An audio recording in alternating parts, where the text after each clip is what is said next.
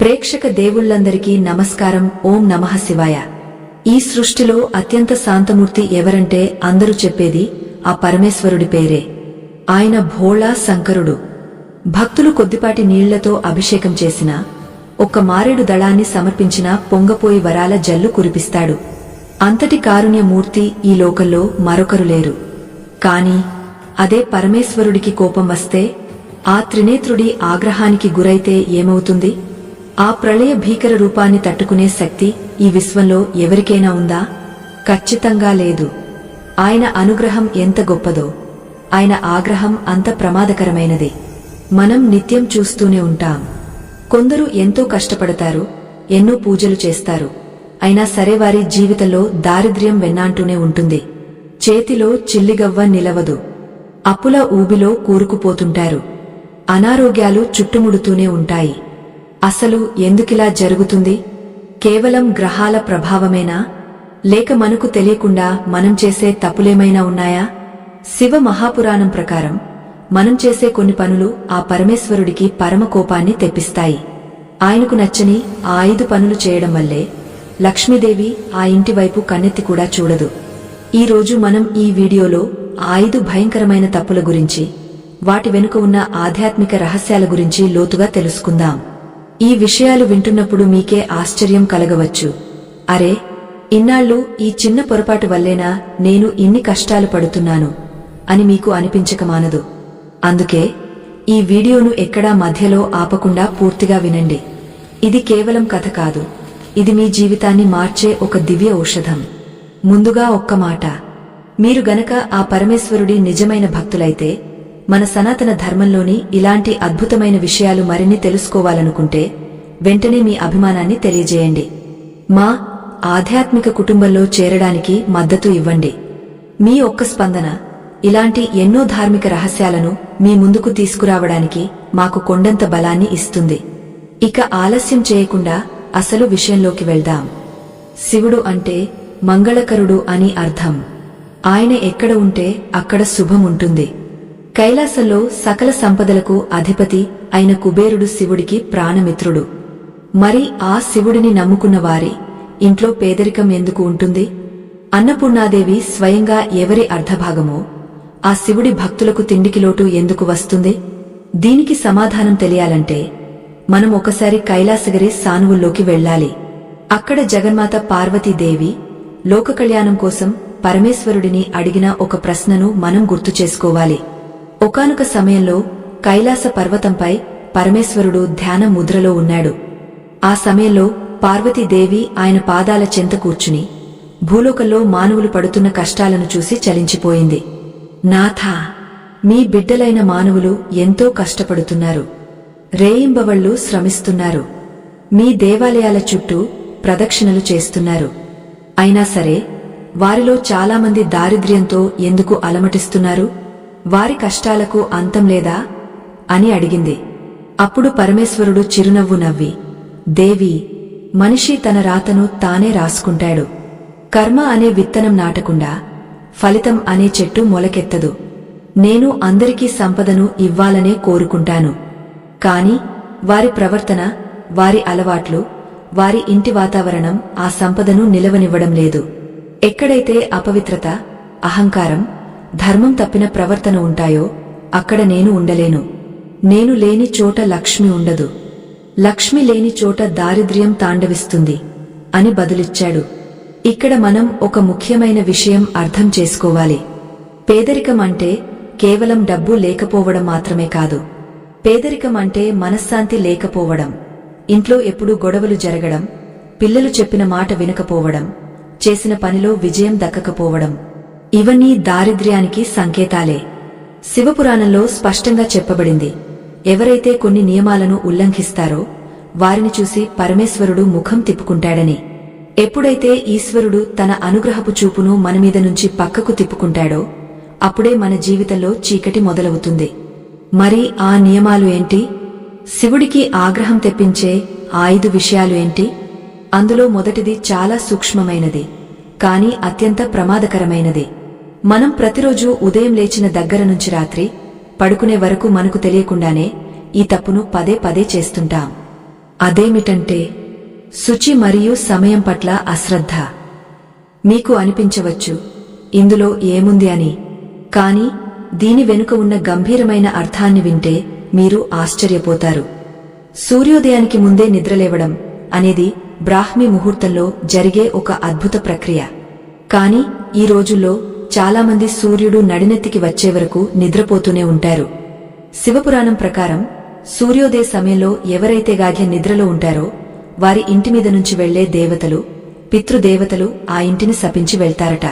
నిద్ర లేవడమే ఆలస్యంగా లేచి ఆపై స్నానాదికాలు ముగించకుండా, ముఖం కడుక్కోకుండా, అలాగే టీ లేదా కాఫీలు తాగుతూ ఆహారాన్ని భుజించే వారిని చూసి పరమేశ్వరుడు అసహించుకుంటాడు.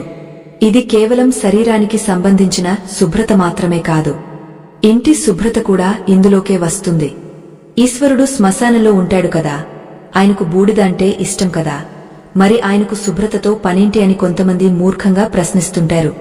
కాని గుర్తుంచుకోండి, ఆయన యోగా, ఆయన వైరాగ్యానికి ప్రతీక. కాని గృహస్థుగా ఉన్న మనిషి తన నివాసాన్ని దేవాలయంగా ఉంచుకోవాలి. ఏ ఇంట్లో అయితే సామాన్లు చిందరవందరగా ఉంటాయో, ఎక్కడైతే బూజు పేరుకుపోయి ఉంటుందో, ఎక్కడైతే విడిచిన బట్టలు కుప్పలుగా పడి ఉంటాయో ఆ ఇంట్లోకి ప్రవేశించడానికి శివగణాలు కూడా భయపడతాయి. అపరిశుభ్రమైన వాతావరణం ప్రతికూల శక్తికి నిలయం. ఎక్కడైతే దుర్వాసన వస్తుందో అక్కడ జ్యేష్ఠాదేవి నివాసం ఉంటుంది. జ్యేష్ఠాదేవి అంటే దారిద్ర్య దేవత. ఆమె కాలు పెట్టిన చోట లక్ష్మీదేవి ఒక్క క్షణం కూడా నిలబడదు.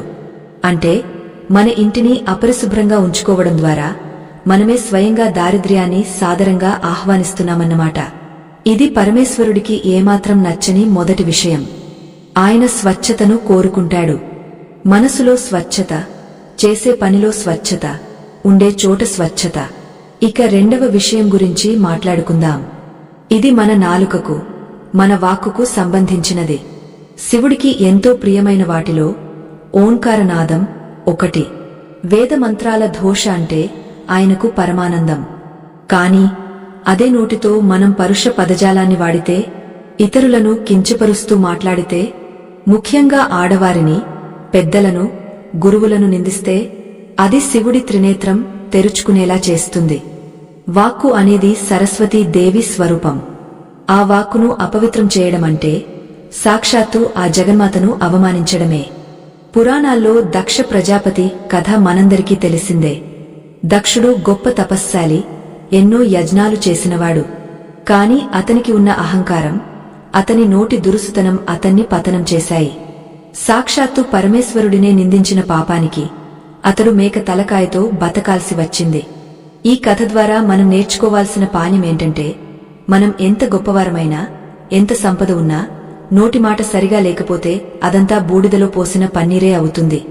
ముఖ్యంగా సంధ్యా సమయాల్లో, అంటే సూర్యోదయం మరియు సూర్యాస్తమయం వేళల్లో ఇంట్లో గొడవలు పడటం, అరవడం, ఏడవడం వంటివి చేస్తే ఆ ఇల్లు శ్మశానంతో సమానం అని శాస్త్రాలు చెబుతున్నాయి. ఆ సమయంలో శివుడు తన ప్రమథ గణాలతో కలిసి భూమిపై సంచరిస్తుంటాడు.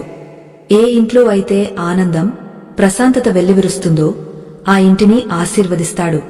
ఏ ఇంట్లో అయితే ఆర్తనాదాలు, తిట్లు వినిపిస్తాయో అక్కడి నుంచి వెనుతిరుగుతాడు. శివుడు వెనుతిరిగిన మరుక్షణమే ఆ ఇంట్లో శని ప్రవేశిస్తాడు.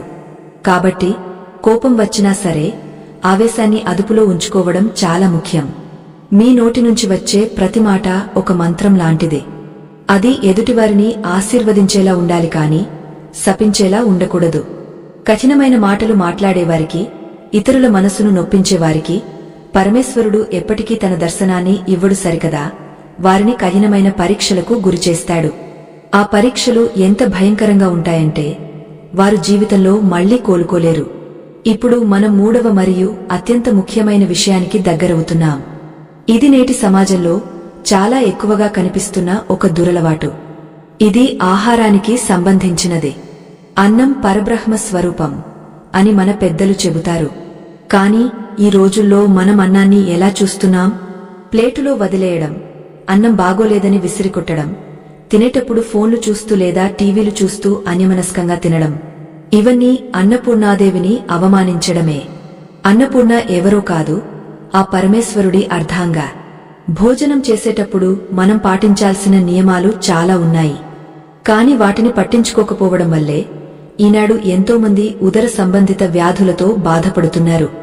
సంపాదించిన డబ్బంతా ఆసుపత్రుల పాలవుతోంది. దీనికి కారణం మనం తినే తిండిలో దోషముండటం కాదు, మనం తినే పద్ధతిలో దోషముండటం. ఆహారాన్ని గౌరవించని వాడికి ఆకలి విలువ తెలిసేలా శివుడు శిక్షిస్తాడు. ఎవరైతే ఆకలితో ఉన్న ప్రాణికి పిడికెడు మెతుకులు పెట్టరో, తాము మాత్రం వృధా చేస్తారో, వారి ఇంట్లో ధాన్యం ఎప్పుడూ నిండుకుంటూనే ఉంటుంది. శివపురాణంలో ఒక సందర్భంలో శివుడు నందీశ్వరుడితో అంటాడు, ఓ నంది, మానవులు ధనాన్ని సంపాదిస్తున్నారు కాని ధర్మాన్ని మర్చిపోతున్నారు. వారు తినే ప్రతి మెతుకులోనూ నా అనుగ్రహం ఉంది. కాని ఆ మెతుకును కింద పడేసేటప్పుడు వారు నా అనుగ్రహాన్ని కాలదన్నుతున్నారని గ్రహించడం లేదు అని. అన్నం తినేటప్పుడు పళ్ళెం చప్పుడు చేయడం, ఎడమ చేతితో నీళ్లు తాగడం, భోజనం మధ్యలో లేచి వెళ్లడం వంటివి కూడా నిషేధించబడ్డాయి. ఇవి చిన్న విషయాలుగా కనిపించవచ్చు, కాని వీటి ప్రభావం మన ఆర్థిక స్థితిపై చాలా తీవ్రంగా ఉంటుంది. ఇప్పటివరకు మనం 3 విషయాలను స్పృశించాం. 1 శుభ్రత లేకపోవడం, 2 వాక్కులో కాఠిన్యం, 3 ఆహారాన్ని అవమానించడం. కాని ఇవన్నీ ఒక ఎత్తైతే ఇప్పుడు మనం చెప్పుకోబోయే ఆ 4వ విషయం మరో ఎత్తు. ఇది నేరుగా శివుడి ఆత్మగౌరవానికి సంబంధించినదే. ఇది మన పూర్వీకులకు, మన మూలాలకు సంబంధించినదే. చాలామంది ఆధునికత పేరుతో దీన్ని పూర్తిగా విస్మరిస్తున్నారు. అదేమిటంటే పితృదేవతలను మరియు గోమాతను నిర్లక్ష్యం చేయడం. దీని గురించి ఎంత చెప్పుకున్నా తక్కువే. ఎందుకంటే దైవానుగ్రహం కంటే పితృదేవతల ఆశీర్వాదం చాలా బలమైనది. కాని మనం ఏం చేస్తున్నాం? అమావాస్య నాడు కనీసం తర్పణం వదలడం లేదు. వారి తిథుల నాడు అన్నదానం చేయడం లేదు. బతికున్నప్పుడు తల్లిదండ్రులని సరిగా చూసుకోము, పోయిన తర్వాత వారికి చేయాల్సిన కర్మలు చేయము. ఇది శివుడికి ఎంత కోపాన్ని తెప్పిస్తుంది అంటే, కన్నవారిని చూడని కళ్ళు నన్ను ఎలా చూడగలవు అని ఆయన ప్రశ్నిస్తాడు. అలాగే గోమాత, గోవులో సకల దేవతలు కొలువై ఉంటారు. శివుడికి వాహనమైన నందీశ్వరుడు గోజాతికి చెందినవాడే. అటువంటి గోవును హింసించడం గాని, ఆకలితో ఉన్న గోవును వెలగొట్టడం గాని చేస్తే అది మహాపాపం. ఉదయం లేవగానే గో దర్శనం చేసుకోవడం, వీలైతే గోవుకు అరటిపండు లేదా పచ్చగడ్డి తినిపించడం వంటివి చేస్తే సమస్త దోషాలు తొలగిపోతాయి. కాని దానికి విరుద్ధంగా ప్రవర్తిస్తే ఆ పాపాన్ని కడగడానికి గంగానది కూడా సరిపోదు. మనం ఇలా చెప్పుకుంటూ పోతే శివుడికి ఆగ్రహం తెప్పించే జాబితాలో ఇంకా చాలా ఉన్నాయి. కాని ఈ 5 విషయాలు మాత్రం ప్రధానమైనవి. అందులోనూ 5వ విషయం గురించి చెబితే మీ వెన్నులో వణుకు పుడుతుంది. ఎందుకంటే ఇది మన క్యారెక్టర్కి, మన వ్యక్తిత్వానికి అద్దం పడుతుంది. ఇది కేవలం ఒక చర్య కాదు, ఇది ఒక మనస్తత్వం. ఈ ఒక్క లక్షణం మీలో ఉంటే చాలు. మీరు ఎన్ని శివాలయాలకు వెళ్లినా, ఎన్ని రుద్రాభిషేకాలు చేసినా ఆ పరమేశ్వరుడు కరగడు. పైగా ఆ లక్షణం ఉన్నవారిని చూస్తే ఆయన తన 3వ కన్ను తెరవడానికి సిద్ధపడతాడు. అసలు ఆ 5వ విషయమేమిటి? అది ఎందుకు అంత ప్రమాదకరమైనది? అది మన నిత్య జీవితంలో, మన సంబంధాల్లో, మన వ్యాపారాల్లో ఎలా ప్రభావం చూపుతుంది? పురాణాల్లో ఏ రాక్షసుడు ఈ తప్పు చేసి శివుడి చేతిలో హతమయ్యాడు? ఆ రహస్యాన్ని తెలుసుకునే ముందు మనం ఒక చిన్న ఉదాహరణను పరిశీలించాలి. ఒక కుండలో నీళ్లు నింపాలంటే ఆ కుండకు చిల్లు ఉండకూడదు. అలాగే మన జీవితంలో ఐశ్వర్యం నిండాలంటే ఈ 5వ తప్పు అనే చిల్లు మన పాత్రకు ఉండకూడదు. అది ఉంటే ఎంత సంపద వచ్చినా ఇట్టే జారిపోతుంది. ఆ 5వ పరమ రహస్యం ఏమిటో, అది మీ జీవితాన్ని ఎలా శాసిస్తుందో, దాన్ని ఎలా సరిదిద్దుకోవాలో వివరంగా తెలుసుకోవాలంటే మనం ఈ కథనంలో మరింత లోతుకు వెళ్ళాలి. ఆ విషయం విన్న తర్వాత మీ జీవితంలో జరిగే ప్రతి సంఘటన వెనుక ఉన్న అసలు కారణం మీకు అర్థమవుతుంది. ఆ భయంకరమైన నిజమేమిటంటే, ఆ 5వ పరమ రహస్యం, ఆ భయంకరమైన తప్పు ఏమిటంటే స్త్రీని అవమానించడం మరియు పరస్త్రీ వ్యామోహం. అవును, మీరు విన్నది నిజమే. ఇది వినడానికి సాధారణంగానే అనిపించవచ్చు, కాని దీని వెనుక ఉన్న ఆధ్యాత్మిక ప్రమాదం ఊహకందనిదే. మన సనాతన ధర్మంలో స్త్రీని కేవలం ఒక మనిషిగా చూడలేదు, ఆమెను సాక్షాత్తు లక్ష్మీ స్వరూపంగా ఆరాధించారు. ఎక్కడ స్త్రీలు పూజించబడతారో అక్కడ దేవతలు రమిస్తారు అని మన పెద్దలు ఊరికే చెప్పలేదు.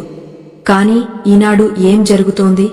కట్టుకున్న భార్యను కన్నీరు పెట్టించడం, పరాయి స్త్రీల పట్ల మోహాన్ని పెంచుకోవడం సర్వసాధారణమైపోయింది. దీనివల్ల శివుడికి ఎందుకు కోపం వస్తుంది అనే సందేహం మీకు రావచ్చు. దానికి సమాధానం శివుడి రూపంలోనే ఉంది. ఆయన అర్ధనారీశ్వరుడు, అంటే తన శరీరంలో సగభాగాన్ని పార్వతీదేవికి ఇచ్చాడు. స్త్రీకి అంతటి ఉన్నత స్థానాన్ని ఇచ్చిన దేవుడు ఆయన. అటువంటి పరమేశ్వరుడి ముందు ఆయన సృష్టి అయిన స్త్రీని అవమానిస్తే, ఆమె కళ్లలో నీళ్లు తెప్పిస్తే ఆయన మూడవ కన్ను తెరవకుండా ఎలా ఉంటుంది? ఇంటి ఇల్లాలు కన్నీరు పెడితే ఆ కన్నీటి చుక్కలు ఆ ఇంటి ఐశ్వర్యాన్ని కరిగించే ఆమ్లాలు అని గుర్తుంచుకోండి. భార్య సంతోషంగా లేని ఇంట్లో ఆ భర్త ఎంత సంపాదించినా అది జల్లెడలో నీళ్లు పోసినట్లే వృధా అవుతుంది. రావణాసురుడినే తీసుకోండి.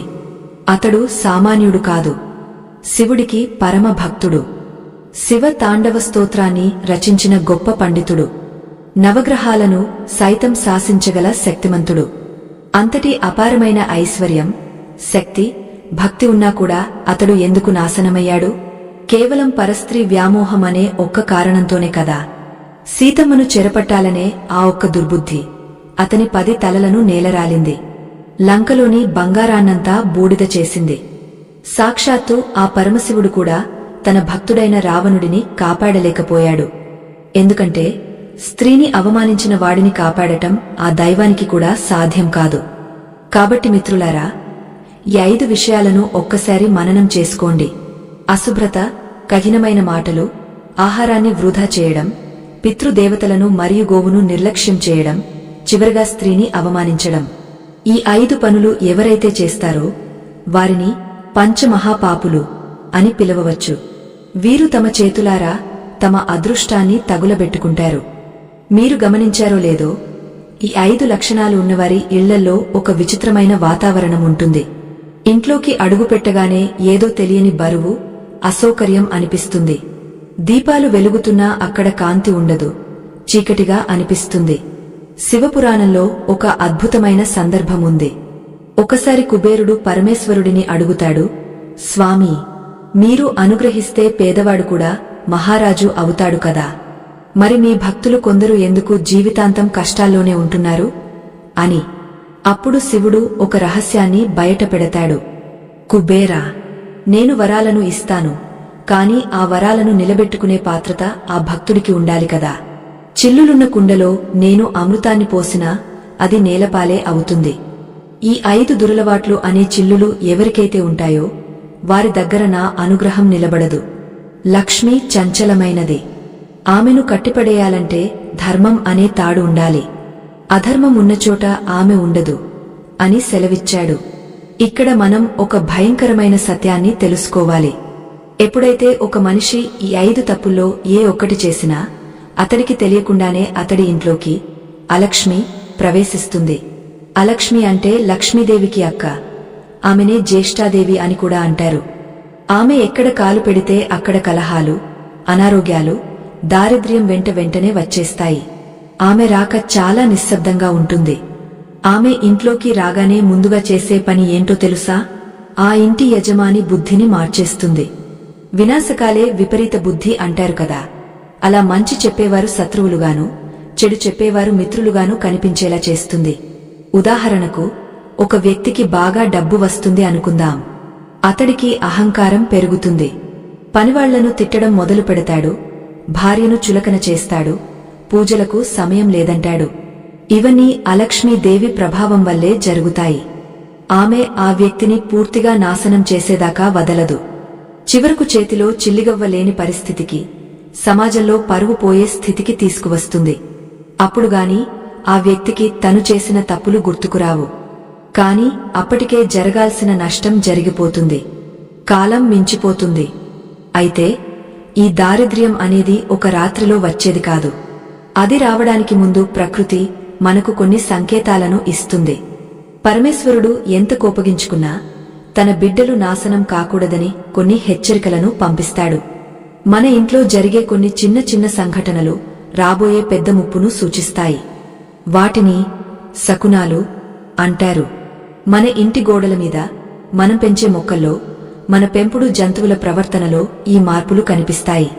కాని దురదృష్టవశాత్తు మనలో చాలామంది ఆ సంకేతాలను గమనించరు. వాటిని ఏదో యాదృచ్ఛికంగా జరిగిన సంఘటనలుగా కొట్టిపారేస్తారు. కాని శాస్త్రం ఏం చెబుతోందంటే, ఎప్పుడైతే శివుడి ఆగ్రహం మొదలవుతుందో, ఎప్పుడైతే లక్ష్మీదేవి ఆ ఇంటి నుండి బయటకు వెళ్లడానికి సిద్ధపడుతుందో, అప్పుడు ఆ ఇంట్లో కొన్ని వింతైన భయానకమైన సంఘటనలు జరుగుతాయి. అవి ఎంత స్పష్టంగా ఉంటాయంటే, వాటిని అర్థం చేసుకోగలిగితే మనం తక్షణమే జాగ్రత్త పడవచ్చు, ఆ ప్రమాదం నుండి బయటపడవచ్చు. ఆ సంకేతాలు ఏమిటి? తులసి మొక్క ఉన్నట్టుండి ఎండిపోతే ఏమర్థం? ఇంట్లో పదే పదే అద్దాలు పగిలిపోతే అది దేనికి సంకేతం? పాడి ఆవు ఇంట్లోకి రావడానికి నిరాకరిస్తే ఏం జరుగుతుంది? ముఖ్యంగా మీరు నిద్రపోతున్నప్పుడు వచ్చే కొన్ని పీడకలలు కూడా మీ ఆర్థిక స్థితి పతనానికి సూచికలుగా ఉంటాయి. శివుడు కలలో కనిపించి హెచ్చరిస్తాడట. కాని ఆ కలల అర్థం తెలియక మనం వాటిని మర్చిపోతాం. ఇప్పుడు మనం ఆ రహస్య సంకేతాల గురించి తెలుసుకోబోతున్నాం. ఇవి గనుక మీ ఇంట్లో జరుగుతుంటే మీరు వెంటనే అప్రమత్తం కావాలి. లేకపోతే పేదరికం అనే సుడిగుండం మిమ్మల్ని మింగేయడానికి ఎంతో దూరం లేదని అర్థం. ఇప్పుడు నేను చెప్పబోయే విషయాలు చాలా నిగుజ్జమైనవి. ఇవి సామాన్యంగా ఎవరూ బయట చెప్పరు. కాని మీ మేలు కోరి, మీ కుటుంబం బాగుండాలని ఆశిస్తూ పురాతన తాళపత్ర గ్రంథాల్లో దాగవున్న ఈ రహస్యాలను మీ ముందుకు తెస్తున్నాను. రాబోయే దారిద్ర్యానికి, శివుడి ఆగ్రహానికి సూచికలుగా నిలిచే ఆ 7 ప్రమాదకరమైన సంకేతాలు ఏమిటి? వాటిని చూసి మనం ఎలా భయపడాలి, లేదా ఎలా సరిదిద్దుకోవాలి? ఈ విషయాలు వింటే మీకే అర్థమవుతుంది దైవం మనల్ని ఎంతగా రక్షించాలని చూస్తుందో. ఆ 7 సంకేతాలలో మొదటిది చాలా ఆశ్చర్యకరంగా ఉంటుంది. ఇది మన వంటింట్లో జరిగే ఒక చిన్న మార్పు, కాని దాని వెనుక ఉన్న అర్థం చాలా పెద్దది. అదేమిటంటే, ఆ మొదటి సంకేతం ఏమిటంటే, వంటింట్లో పాలు పదే పదే పొంగపోవడం లేదా కారణం లేకుండా విరిగిపోవడం. పాలు లక్ష్మీ స్వరూపం, చంద్రుడికి, శుక్రుడికి ప్రతీక. మనం కాచుకునే పాలు ఒకసారి పొంగితే శుభమే అని అనుకుంటాం. కాని మీరు ఎంత జాగ్రత్తగా ఉన్నా సరే, పాలు మాటిమాటికి పొంగ స్టవ్ మీద పడుతుంటే, లేదా కాచిన పాలు గంటలోపే విరిగిపోతుంటే, అది రాబోయే ఆర్థిక నష్టానికి మొదటి హెచ్చరిక. దీని అర్థం మీ ఇంట్లో ఉన్న సానుకూల శక్తి తగ్గిపోతోందని, అనవసరమైన ఖర్చులు లేదా వైద్య సంబంధిత ఖర్చులు మీద పడబోతున్నాయని గ్రహించాలి. అలాగే వంటింట్లో ఉప్పు, పంచదార వంటి తెల్లటి పదార్థాలు చేజారి కింద పడటం, లేదా అవి నిల్వ ఉంచిన డబ్బాల్లో అకస్మాత్తుగా మాయం అవ్వడం, అంటే అనుకున్న దానికంటే త్వరగా అయిపోవడం కూడా దారిద్ర్యానికి సంకేతమే. అన్నపూర్ణాదేవి నివాసముండే వంటిల్లు ఎప్పుడూ పరిశుభ్రంగా లేకపోయినా, ఎంగిలి పాత్రలు రాత్రంతా సింక్లో అలాగే ఉన్నా, ఆ ఇంట్లో లక్ష్మి అస్థిరంగా మారుతుంది. ఇది గమనించిన వెంటనే వంటింటిని శుభ్రం చేసుకోవడం, పాలు పొంగకుండా జాగ్రత్త పడటం అలవాటు చేసుకోవాలి. రెండవ సంకేతం మన ఇంటి ప్రాణమైన తులసి మొక్కకు సంబంధించినదే. హిందూ సాంప్రదాయంలో తులసి కోట లేని ఇల్లు ఉండదు. తులసి సాక్షాత్తు లక్ష్మీదేవి. మీరు రోజూ నీళ్లు పోస్తున్నారు, ఎండ తగులుతోంది, అయినా సరే తులసి మొక్క ఆకులు వాడిపోతున్నాయా? లేదా మొక్క పూర్తిగా ఎండిపోతోందా? అయితే జాగ్రత్త, ఇది చాలా బలమైన దుశ్శకునం. తులసి మొక్క ఎండిపోవడం అనేది ఆ ఇంటి నుండి లక్ష్మీదేవి నిష్క్రమిస్తోంది అనడానికి నిదర్శనం. ఆ ఇంట్లో ఏదో పెద్ద ఆపద రాబోతోందని ప్రకృతి మనకు ముందే చెబుతున్న మాట ఇది. ఇలా జరిగినప్పుడు వెంటనే ఎండిన మొక్కను తీసేసి కొత్త మొక్కను నాటి క్షమాపణలు చెప్పుకోవాలి. మూడవది, ఇంట్లో అద్దాలు లేదా గాజు సామాన్లు పదే పదే పగిలిపోవడం. అద్దం పగిలితే అరిష్టమని మన పెద్దలు ఊరికే అనలేదు. అద్దం లేదా గాజు అనేది ప్రతికూల శక్తిని ఆకర్షించే గుణం కలిగి ఉంటుంది. మీ ఇంట్లోకి ఏదైనా చెడు శక్తి ప్రవేశించినప్పుడు, లేదా మీ మీద ఎవరైనా చెడు దృష్టి, దిష్టి ప్రయోగించినప్పుడు అది ముందుగా అద్దం మీద ప్రభావం చూపుతుంది. అందుకే అద్దం పగులుతుంది. ఇది ఒక రకంగా మీకు రక్షణ కవచంలా పనిచేసి పగిలిపోయిందని అర్థం. కాని ఇలా తరచుగా జరుగుతుంటే మాత్రం మీ ఇంటి మీద ఎవరో క్షుద్ర ప్రయోగం చేశారని లేదా తీవ్రమైన నరదోష ఉందని అర్థం చేసుకోవాలి. నాలుగవ సంకేతం కలలో కనిపించే కొన్ని దృశ్యాలు. మీకు కలలో ఎప్పుడు పైనుంచి కిందకు పడిపోతున్నట్లు, లేదా ఎవరో నల్లటి ఆకారాలు మిమ్మల్ని తరుముతున్నట్లు, లేదా బురదలో కూరుకుపోతున్నట్లు వస్తుందా? శివపురాణం ప్రకారం ఇవి దారిద్ర్యానికి ముందస్తు సూచికలు. అలాగే కలలో మీ దగ్గర ఉన్న బంగారం దొంగిలించబడినట్లు, లేదా మీరు నూనె రాసుకుని ఉన్నట్లు కనిపిస్తే అది ఆర్థిక నష్టానికి సూచన. ఇలాంటి కలలు వచ్చినప్పుడు ఉదయం లేవగానే శివుడికి నమస్కరించి దుస్వప్న నాశనాయ నమః అని స్మరించుకోవాలి. లేదంటే ఆ కలల ప్రభావం నిజ జీవితంపై పడుతుంది. 5వ సంకేతం ఇంట్లో ఉన్న పెంపుడు జంతువుల ప్రవర్తన. కుక్కలు భైరవ స్వరూపాలు. వాటికి మన కంటికి కనిపించని శక్తులు కనిపిస్తాయి. మీ ఇంట్లో పెంచుకునే కుక్క ఉన్నట్టుండి ఒక ఖాళీ మూల వైపు చూసి అరవడం, లేదా ఇంట్లోకి రావడానికి భయపడటం, లేదా కారణం లేకుండా ఏడవడం చేస్తుందా? అయితే ఆ ఇంట్లో యమదూతల సంచారం లేదా దుష్టశక్తుల సంచారం ఉందని అర్థం. అలాగే పశువుల కొట్టంలో ఆవులు పాలు ఇవ్వడానికి మొరాయించడం, లేదా అశాంతిగా ఉండటం కూడా యజమానికి రాబోయే కష్టాలకు సంకేతం. 6వది దీపారాధనలో జరిగే మార్పులు. దేవుడి గదిలో వెలిగించిన దీపం గాలి లేకపోయినా ఉన్నట్టుండి కొండెక్కడం, ఆరిపోవడం, లేదా దీపం వత్తి అసాధారణంగా శబ్దం చేస్తూ మండటం, లేదా దీపం నుంచి నల్లటి పొగ రావడం మంచిది కాదు. దీపం అనేది ఆత్మజ్యోతి. అది ప్రశాంతంగా నిలకడగా వెలిగితేనే ఆ ఇంట్లో శాంతి ఉంటుంది. దీపం మాటిమాటికి ఆరిపోతుంటే దైవానుగ్రహం లోపించిందని, ఆ ఇంటిని కాపాడే శక్తి తగ్గపోయిందని గ్రహించాలి. అప్పుడు వెంటనే నేతి దీపం వెలిగించి మృత్యుంజయ మంత్రాన్ని పఠించాలి.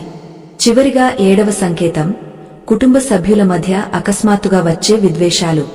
ఉదయం అంతా బాగానే ఉంటారు, కాని సరిగా భోజనం చేసే సమయానికి గొడవలు మొదలవుతాయి. చిన్న చిన్న విషయాలకే పెద్ద పెద్ద మాటలు అనుకుంటారు. భార్యాభర్తల మధ్య అనుమానాలు పెరుగుతాయి. పిల్లలు తల్లిదండ్రుల మీద ఎదురు తిరుగుతారు. ఇది కలిపురుషుడి ప్రభావం. ఎక్కడైతే ప్రేమానురాగాలు తగ్గుతాయో అక్కడ కలియుగ ప్రభావం ఎక్కువగా ఉందని అర్థం. ఇలాంటి వాతావరణం ఉన్న ఇంట్లో శివుడు ఒక్క క్షణం కూడా ఉండలేడు. ఇవి వింటుంటే మీకు భయం కలగవచ్చు. అయ్యో, నా ఇంట్లో కూడా ఇందులో కొన్ని జరుగుతున్నాయే, మరి నాకు గతి ఏంటి? నేను నాశనమైపోతానా అని ఆందోళన చెందకండి. పరమేశ్వరుడు అంటేనే భోళా శంకరుడు. ఆయన కోపం ఎంత వేగంగా వస్తుందో ఆయన అనుగ్రహం అంతకంటే వేగంగా వస్తుంది. ఆయనను ప్రసన్నం చేసుకోవడానికి ₹1,00,00,000 ఖర్చు చేయాల్సిన పనిలేదు.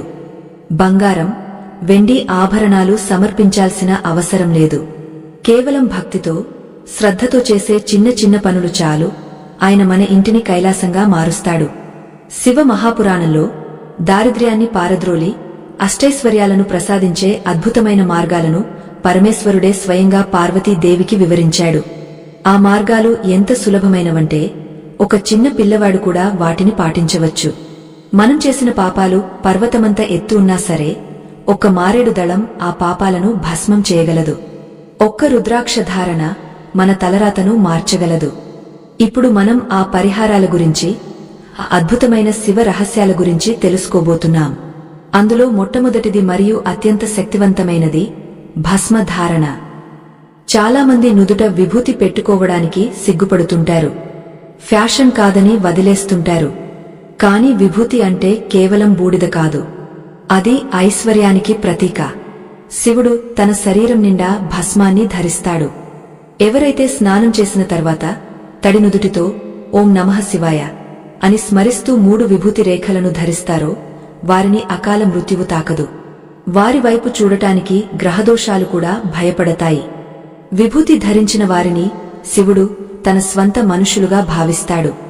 2వది మారేడు దళం లేదా బిల్వపత్రం. 3 ఆకులు కలిగిన ఒక బిల్వపత్రాన్ని శివలింగంపై ఉంచితే 3 జన్మల పాపాలు తొలగిపోతాయి. లక్ష్మీదేవి తపస్సు చేసి బిల్వ వృక్షంగా మారిందని పురాణాలు చెబుతున్నాయి. అంటే బిల్వపత్రం సాక్షాత్తు లక్ష్మీ స్వరూపం. ఎవరైతే సోమవారం నాడు లేదా ప్రదోష కాలంలో శివుడికి బిల్వపత్రాలతో పూజ చేస్తారో వారి ఇంట్లో లక్ష్మీదేవి శాశ్వతంగా తిష్ట వేసుకుని కూర్చుంటుంది. బిల్వపత్రం దొరకలేదని బాధపడకండి. ఎండు బిల్వపత్రాన్ని కూడా నీళ్లతో కడిగ పూజించవచ్చు అని శాస్త్రం వెసులుబాటు ఇచ్చింది. అయితే ఇవన్నీ మనకు తెలిసినవే కదా అని మీరు అనుకోవచ్చు. కాని ఇప్పుడు నేను చెప్పబోయే కథ వింటే శివుడి అనుగ్రహం ఎలా ఉంటుందో మీకు అర్థమవుతుంది. అసలు ఏ అర్హత లేనివాడు, మహాపాపి, దొంగ అయిన ఒక వ్యక్తి కేవలం తెలియక చేసిన ఒక చిన్న పని వల్ల ఏకంగా ధనానికే అధిపతి అయ్యాడు. అతడే కుబేరుడు. అవును, ఈ రోజు మనం పూజించే కుబేరుడు గత జన్మలో ఒక మహాపాపి అంటే మీరు నమ్ముతారా? అసలు ఆయన ఎలా కుబేరుడయ్యాడు? శివుడు ఆయనను ఎందుకు అనుగ్రహించాడు? ఈ కథలో ఉన్న ట్విస్ట్ తెలిస్తే మీ రోమాలు నిక్కబొడుచుకుంటాయి. పూర్వం గుణనిధి అనే ఒక బ్రాహ్మణ యువకుడు ఉండేవాడు. అతడు సకల విద్యలు నేర్చుకున్నాడు కాని చెడు సహవాసాల వల్ల జూదానికి మద్యానికి బానిసయ్యాడు. తండ్రి సంపాదించిన ఆస్తినంతా జూదంలో ఓడిపోయాడు. చివరికి ఇంట్లో వస్తువులు కూడా దొంగలించడం మొదలుపెట్టాడు. ఇది తెలిసిన అతని తండ్రి అతన్ని ఇంటినుంచి గెంటేశాడు. తినడానికి తిండి లేక, ఉండటానికి నీడలేక గుణనిధి అడవుల్లో తిరగడం మొదలుపెట్టాడు. ఆకలితో అలమటిస్తూ ఒకరోజు ఒక శివాలయం దగ్గరకు చేరుకున్నాడు. ఆ రోజు మహాశివరాత్రి. గుడిలో భక్తులు రద్దీగా ఉన్నారు. అభిషేకాలు జరుగుతున్నాయి. నైవేద్యాలు పెడుతున్నారు. గుణనిధికి భక్తి లేదు, కేవలం ఆకలి మాత్రమే ఉంది. రాత్రి అందరూ నిద్రపోయాక ఆ నైవేద్యం దొంగిలించి తినాలి అని ప్లాన్ వేసుకున్నాడు. భక్తులు జాగారం చేస్తున్నారు. గుణనిధి కూడా ఆ నైవేద్యం కోసం ఎదురుచూస్తూ గుడి బయట కూర్చున్నాడు. అంటే తెలియకుండానే ఉపవాసమున్నాడు, జాగారమున్నాడు.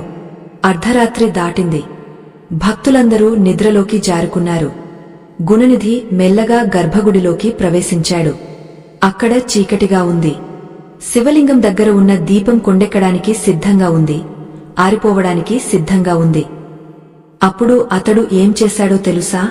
నైవేద్యం ఎక్కడ ఉందో వెతకడానికి వెలుతురు కావాలి కాబట్టి తన ఒంటిపై ఉన్న బట్టలో ఒక ముక్కను చింపి ఆ దీపంలో వత్తిగా వేసి వెలిగించాడు. ఆ వెలుతురులో శివలింగం మెరిసిపోయింది. అతడు ఆ వెలుతురులో నైవేద్యం దొంగిలించి పారిపోవడానికి ప్రయత్నించాడు. కాని దురదృష్టవశాత్తు బయట పారిపోతుండగా కాలు జారిపడ్డాడు. అక్కడే ఉన్న కాపలాదారులు అతన్ని పట్టుకుని కొట్టారు. ఆ దెబ్బలకు తాళలేక అతడు అక్కడికక్కడే ప్రాణాలు వదిలాడు. వెంటనే యమదూతలు వచ్చారు. వీడు మహాపాపి, దొంగ, జూదరి, వీడిని నరకానికి లాక్కెళ్లాలి అని పాశాలు విసిరారు. కాని అదే సమయానికి అక్కడికి శివదూతలు వచ్చారు. ఆగండి, ఇతడు శివలోకానికి రావాల్సినవాడు అని అడ్డుకున్నారు. యమదూతలు ఆశ్చర్యపోయారు. వీడు చేసిన ఒక్క పుణ్యం కూడా లేదు కదా, శివలోకం ఎలా వస్తుంది అని ప్రశ్నించారు. అప్పుడు శివదూతలు చెప్పిన సమాధానం వింటే శివుడి కారుణ్యం ఎంత గొప్పదో అర్థమవుతుంది. అవును, ఇతడు పాపియే, కాని తన జీవితం చివరి క్షణాల్లో మహాశివరాత్రి పర్వదినాన ఉపవాసమున్నాడు, ఆకలితో జాగారమున్నాడు, నైవేద్యం కోసం. అన్నిటికంటే ముఖ్యంగా ఆరిపోతున్న శివుడి దీపాన్ని తన బట్టతో వత్తి చేసి మరీ వెలిగించాడు. చీకటిలో ఉన్న గర్భగుడిలో వెలుగు నింపాడు. ఎవరైతే శివుడి ముందు దీపాన్ని వెలిగస్తారో లేదా ఆరిపోతున్న దీపాన్ని సరిచేస్తారో వారి జీవితంలో అజ్ఞానం అనే చీకటి తొలగిపోయి జ్ఞానం అనే వెలుగు వస్తుంది. ఆ ఒక్క పనితో అతని పాపాలన్నీ మాడిమసైపోయాయి అని చెప్పారు. చూశారా, దొంగతనం కోసం వెలిగించినా సరే శివుడు ఆ దీపారాధనను స్వీకరించాడు. ఆ పుణ్యఫలం వల్లనే గుణనిధి మరుజన్మలో కళింగ దేశానికి రాజుగా పుట్టాడు. ఆ తర్వాత ఘోర తపస్సు చేసి శివుడికి మిత్రుడయ్యాడు. చివరికి ఉత్తర దిక్కుకు అధిపతిగా, సకల సంపదలకు రాజుగా కుబేరుడు అనే స్థానాన్ని పొందాడు. ఒక్కసారి దీపం వెలిగస్తేనే అంతటి ఫలితముంటే మరి నిత్యం భక్తితో పూజించేవారిని శివుడు ఇంకెంత బాగా చూసుకుంటాడు. అయితే మనం ఇక్కడ ఒక ముఖ్యమైన విషయాన్ని గమనించాలి.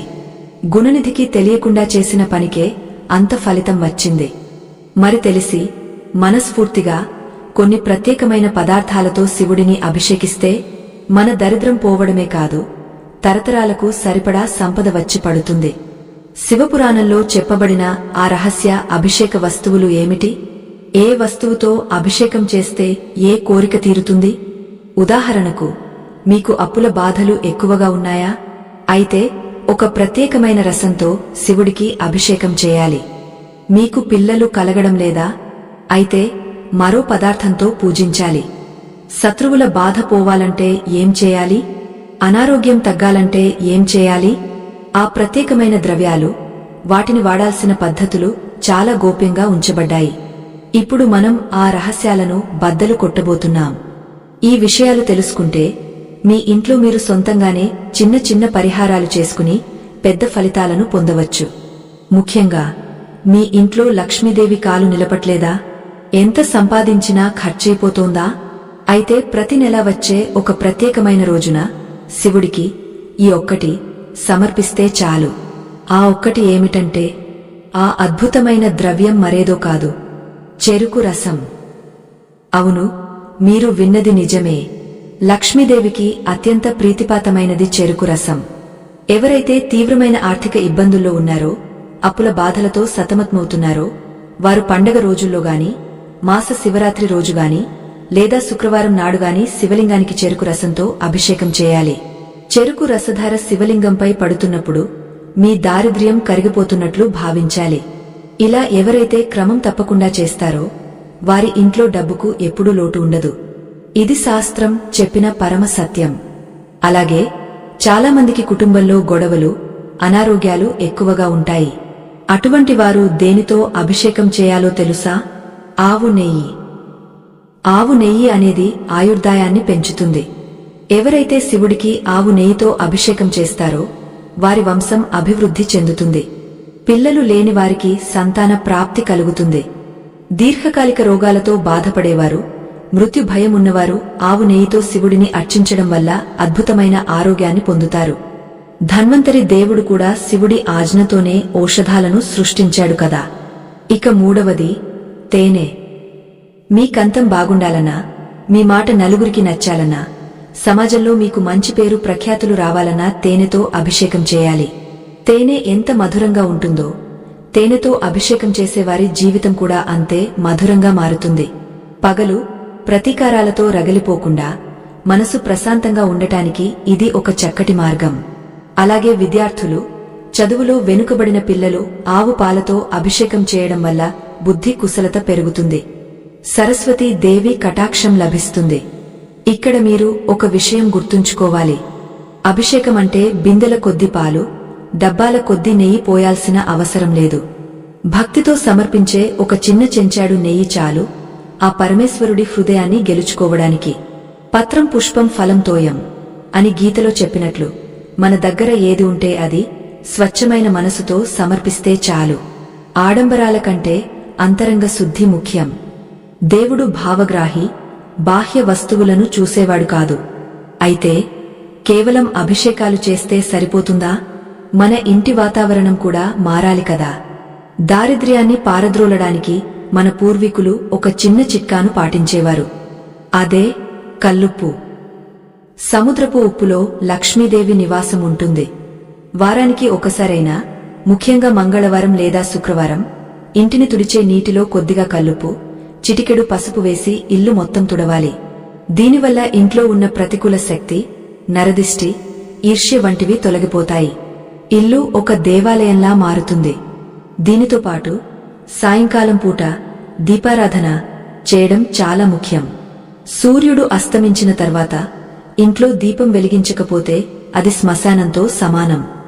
సంధ్యా సమయంలోనే శివుడు నాట్యం చేస్తాడు. ఆ సమయంలో ఎవరి ఇంట్లో అయితే దీపం వెలుగుతుందో అక్కడ ఆయన ఆనంద తాండవం చేస్తాడు.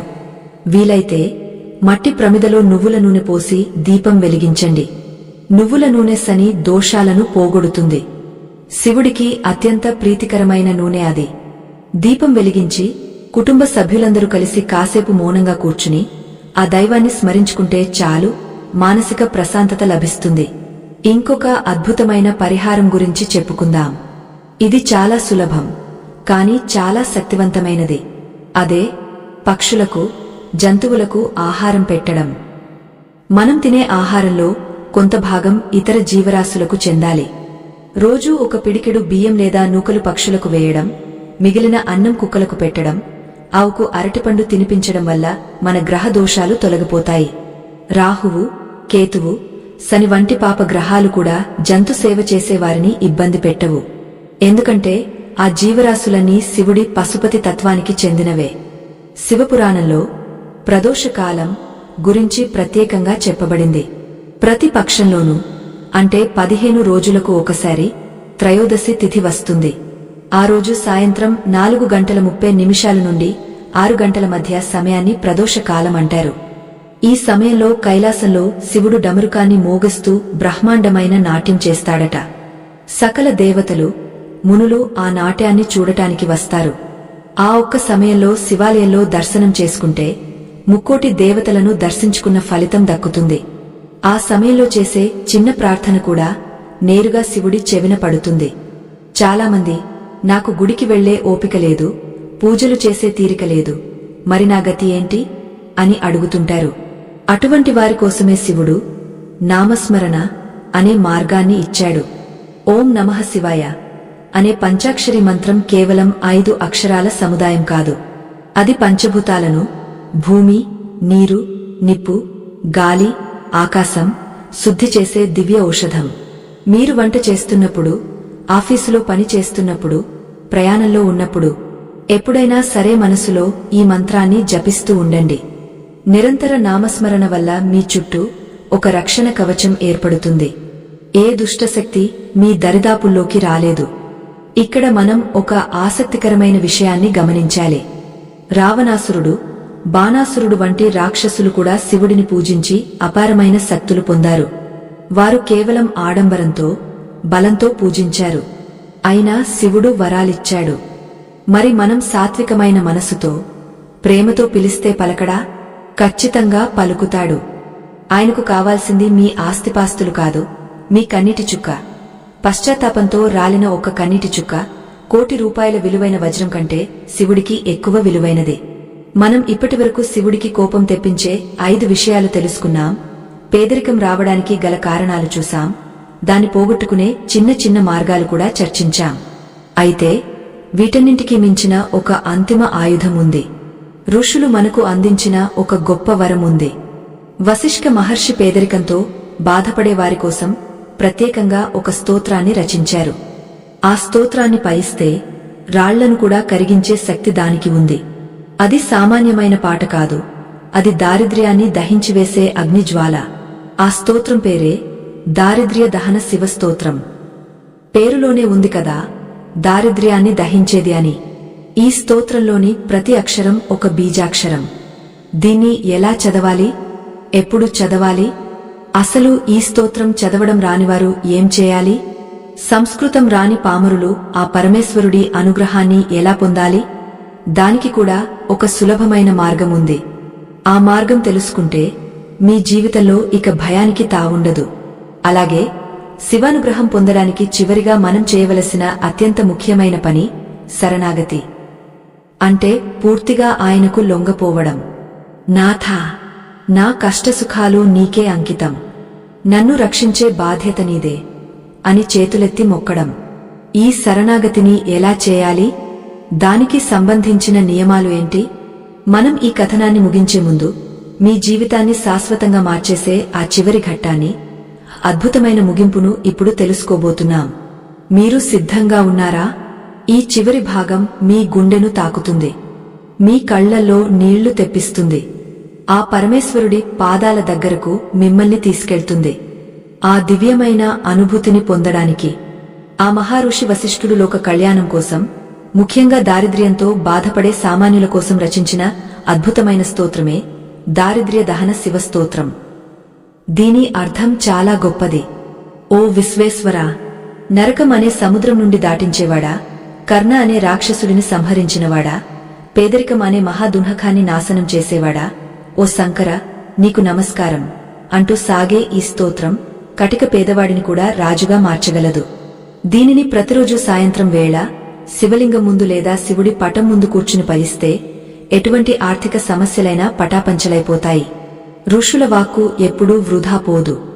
వారి తపశ్శక్తి అంతా ఆ అక్షరాల్లో నిక్షిప్తమై ఉంటుంది. అయితే చాలామందికి సంస్కృతం చదవడం రాదు, నోరు తిరగదు. మరి అటువంటి వారి పరిస్థితి ఏంటి? పరమేశ్వరుడు కేవలం పండితులకే దేవుడా, పామరుల దేవుడు కాదా? ఖచ్చితంగా కాదు.